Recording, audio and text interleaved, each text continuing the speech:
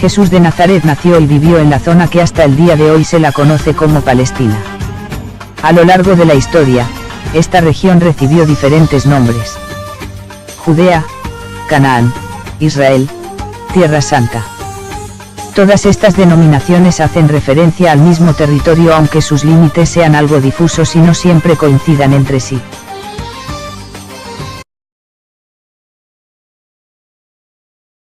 A la muerte de Herodes el Grande, quien poseerá una tierra similar a la de los tiempos de Salomón, su reinado se dividió entre sus hijos Arquelao, Herodes Antipas y Filipo. Sin embargo, Arquelao fue removido de su puesto por acusaciones hechas por los judíos al emperador romano. Por lo tanto, Judea y su capital, Jerusalén, estarán bajo el gobierno indirecto de Roma, mientras Galilea, el país donde Jesús vive su infancia, juventud y donde también ejercerá una buena parte de su ministerio, estará bajo el mandato de Herodes Antipas.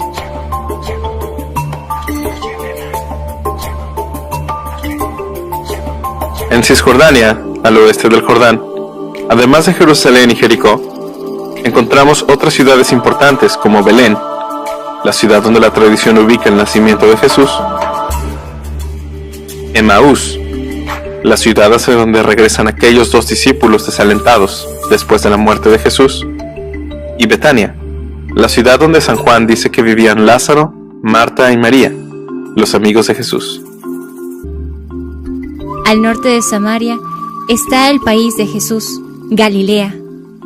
Ahí ubicamos algunas de las ciudades más mencionadas en los evangelios: Nazaret, el pueblo donde vive Jesús; Séforis, la antigua capital del reino de Antipas; Tiberías, la capital de Antipas desde el año 20; Caná, la ciudad donde se lleva a cabo la boda narrada por Juan en su evangelio.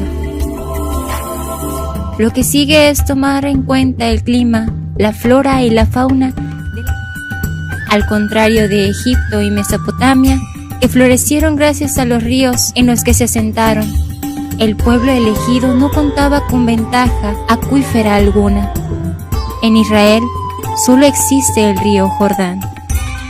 Este delgado afluente no alcanzaba para abastecer la siembra, ni para la cría de ganado, por lo cual estas actividades dependían más de las lluvias de invierno y del rocío que se produce por las noches durante la época seca.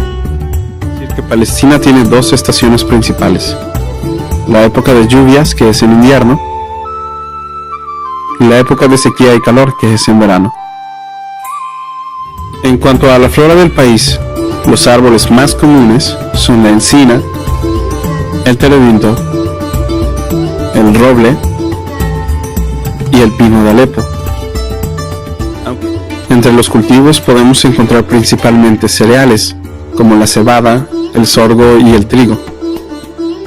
Entre los árboles frutales, el olivo, la higuera, la vid, el granado, el sicómoro, la palmera de dátiles, el almendro y el plátano. Los animales que los aldeanos usan en el campo son el buey y el asno. La vaca además brinda su leche. El dromedario y el camello, así como el caballo, son los más usados por los beduinos, los nómadas del desierto. Los rebaños que cuidan los pastores están formados por cabras y ovejas, que brindan alimento, bebida, lana, piel para la creación de las propias tiendas. De la piel de la cabra se hace también los odres, donde se deposita agua o vino.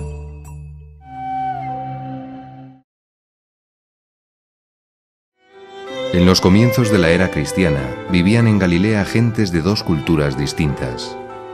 Una parte importante de la población estaba constituida por personas de formación helénica que hablaban griego, vivían sobre todo del comercio y la industria y habitaban en las grandes ciudades como Séforis o Tiberíades.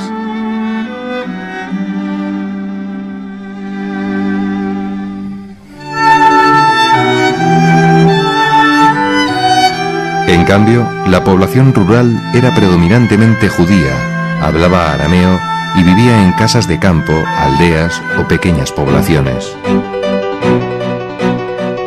Algunas de ellas resultan muy familiares a los lectores de los Evangelios. En ese momento había distintos grupos, cada uno con diversas interpretaciones acerca del mejor modo de vivir su fidelidad a Dios. Los más importantes eran los fariseos, saduceos, esenios y samaritanos. Por ejemplo, los fariseos le daban una gran importancia a las purificaciones rituales en la vida doméstica, incluso fuera del templo, especialmente a las inmersiones en agua y por supuesto muchísimo a los lavados de las manos antes de las comidas. Los fariseos tenían un gran prestigio entre el pueblo en tiempos de nuestro Señor Jesucristo. La gente los admiraba por su piedad, por su erudición. En aquella época la mayor parte de los escribas eran fariseos. Los celotes parten de un grupo de fariseos que piensan que no se puede otorgar el derecho a ejercer la soberanía a quien no reconozca la única y absoluta soberanía de Dios. Fueron uniéndose a ellos algunas personas de buena voluntad, pero cada vez se fueron radicalizando más en sus posturas. Estaban convencidos de que el reino del Señor se llevaría efectivamente a la práctica, sería real por la acción del Señor, pero que si hacía falta una colaboración, aunque fuera una lucha armada, pues era necesario, incluso conveniente, prestársela.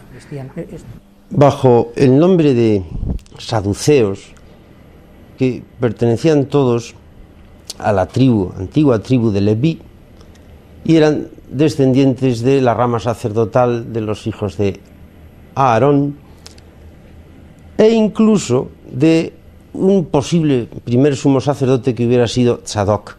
De ahí les viene el nombre de los tzaduquín, tzaducayos, saduceos. Estos se centraban en cumplir la ley, y especialmente la ley que tiene que ver con los sacrificios prescritos en el libro del Éxodo y Levítico, Números. De esos sacrificios permanentes, los holocaustos, los sacrificios además incruentos, todo en torno al templo. El hecho es que, por estar tan pendientes de lo que significan los sacrificios, sin más, el resto de la vida no les importaba tanto, ni les importaba el resto de la revelación que se encontraba en los profetas y en los escritos, a los que consideraban de segundo orden. Por este motivo se centraban en la vida de aquí, nunca en la vida del más allá, de la que en el Pentateuco se habla muy pocas veces. Los esenios es un grupo que se caracteriza por su ruptura, especialmente con el sacerdocio del templo, al que consideraban que se había pervertido desde la época de la monarquía asmonea y que hacían un culto indigno al que no se podía uno agregar. Por eso ellos se retiran al desierto para no contaminarse con el culto, con las relaciones con la gente corriente. Jerusalén es una ciudad rodeada de desiertos y por lo tanto, una zona con gran cantidad de pobreza. La importancia de la zona es fundamentalmente religiosa, ya que no tiene ubicación estratégica para el comercio ni las comunicaciones. La tierra estaba en pocas manos.